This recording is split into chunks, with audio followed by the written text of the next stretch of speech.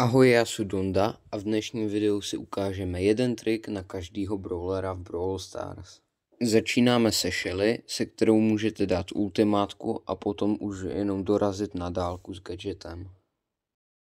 S Nitou můžete dát zase gadget, když je medvěd na pressure plateu a ze vzduchu tak dát stun. S El Primem si zase uvědomte, že gadget háže na čáře mezi vámi a protivníkem. S Coltovou superkou můžete zase takto dát gól. Když dáváte zase Hypercharge s Brokem na save, tak je lepší aktivovat si Hypercharge až po aktivování ultimátky. Ubere to totiž víc procent. Co hodně lidí neví je, že pokud gadget dokáže úplně vynulovat damage od poison brawlerů.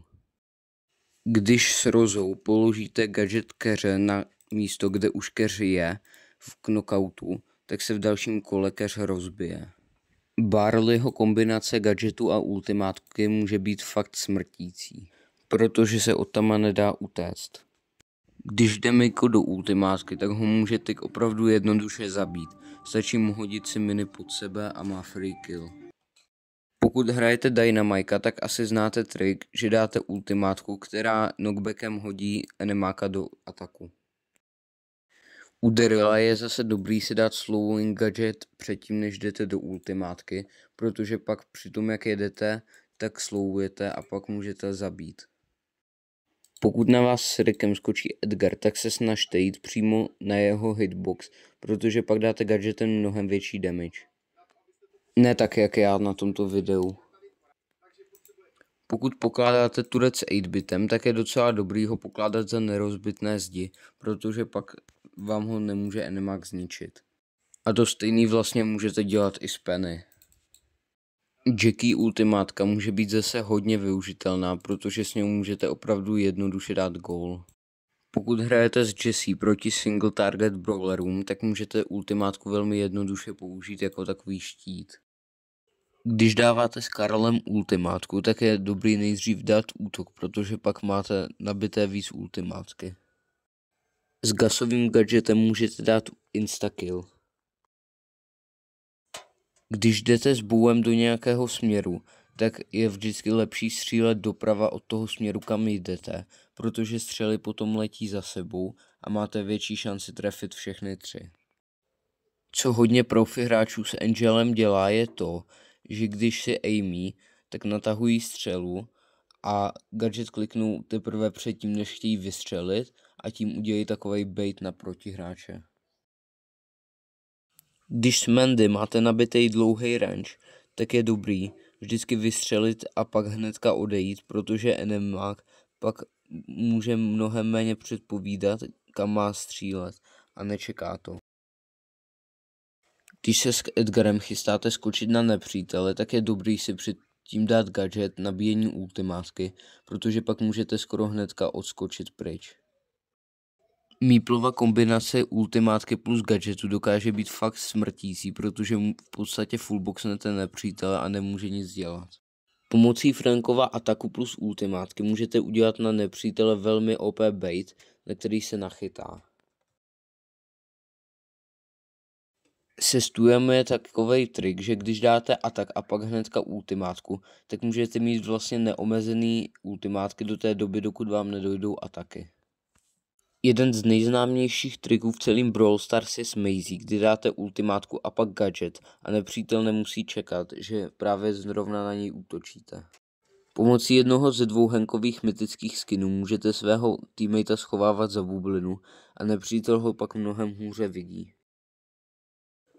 S Barrym nebo Trunkem můžete zase kreslit různé obrázky pomocí jejich útoků a ultimátek.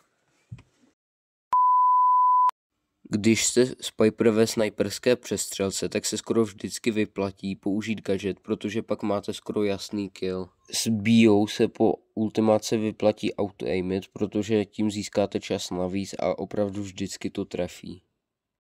Pokud hrajete Nany a někdo na vás jde a nemá žádnou knockback nebo stun schopnost, tak vám stačí prostě dát ultimátku a potom si gadgetem portnout. Samozřejmě se star powerkou shieldu. Když se shadem spustíte útok a potom rychle gadget, tak ten atak bude větší, i když už se spustila animace. Pearl má o hodně větší damage, když má úplně nabitej heat, takže všichni pro hráče vždycky čekají, než ho má nabitej a až pak se pouští do fightu. S Larrym můžete zase dát gól pomocí jeho gadgetu a ultimátky. A to stejné můžete udělat vlastně i s Lolou. Když si dáváte z koles gadget healu, tak je lepší počkat, až jste víc nahitovaní, protože se pak víc vyhealujete.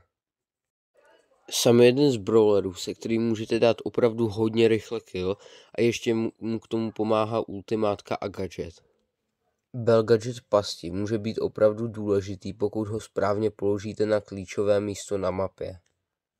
Když hrajete Ashe a označí vás Arty a potom dáte gadget, tak se můžete vlastně zabít sami sebe. Když jste z Bonnie vystřelení z kanonu, tak pak můžete v Brawl Ballu skoro furt dávat super shoty. Možná se to nezdá, ale Ems má největší dosah středem ataku. Víc na krajích má kratší. Když dáte z Bibi hit a potom hnedka ultimátku, tak můžete dát 2 hity superkou. Když s Galem postavíte pressure plate a někoho na něj pušnete se star powerkou Blaster Blow, tak ho tím můžete odhodit. Když hrajete s Griffem star powerku Business Resilience, tak vás Colette nemůže se svýma normálníma atakama zabít, jenom až použije superku.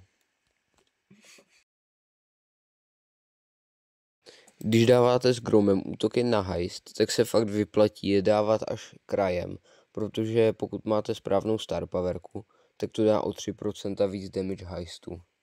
Pokud jste video dokoukali až sem, tak určitě dejte like a odběr, protože mě tím fakt hodně podpoříte. A taky vyjde part 2, kde si ukážeme všechny ostatní triky na zbylé brawlery. Ahoj.